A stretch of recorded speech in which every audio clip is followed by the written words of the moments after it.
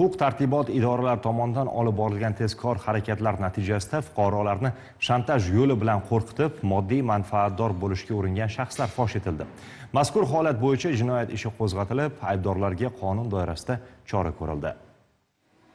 Internet orqali tanishuv, ishqiy munosabatlar ko'pincha oddiy muloqotdek ko'rinadi, ammo ayrim yigitlar uchun bu pul topishning qora vositasiga aylanmoqda. Qo'qonda fosh etilgan ikki jinoyat ham buning yaqqol isbotidir. Birinchi holatda yigit ayol bilan virtual ishqiy munosabat o'rnatib, Telegram orqali uning shaxsiy behayo surat va videolarini qo'lga kiritadi. Keyin esa ularni tarqatish bilan qo'rqitib, ko'p miqdorda pul talab qiladi.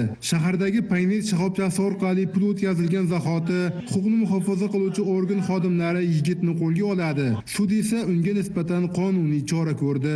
Jinoyat ishlari bo'yicha Qo'qon shahar sudining hukmi bilan sudlanuvchi O'zbekiston Respublikasi Jinoyat kodeksining 165-moddasi 1-qismi nazarda tutilgan jinoyatni sodir etganlikda aybdor deb topilib, unga ushbu modda bilan 3 yil muddatga ozodlikni cheklash tariqasida jazo tayinlandi. Boshqa bir yigit ham xuddi shu yo'lni tanladi. Telegramda tanishgan ayolning shaxsiy fotosuratlarini shantajga aylantirib, undan 200 AQSh dollari talab qiladi. Ammo talab qilgan pulni qo'lga kiritishi bilan ichki ishlar xodimlari uni qo'lga oladi. Sud yigitning qilmishiga yarasha hukm chiqardi. O'zbekiston Respublikasi Jinoyat kodeksining 165-moddasi 1-qismiga asosan ish haqining 20% davlat daromadiga undirish sharti bilan 3 yilga axloq tuzatish ishlari jazosi tayinlandi.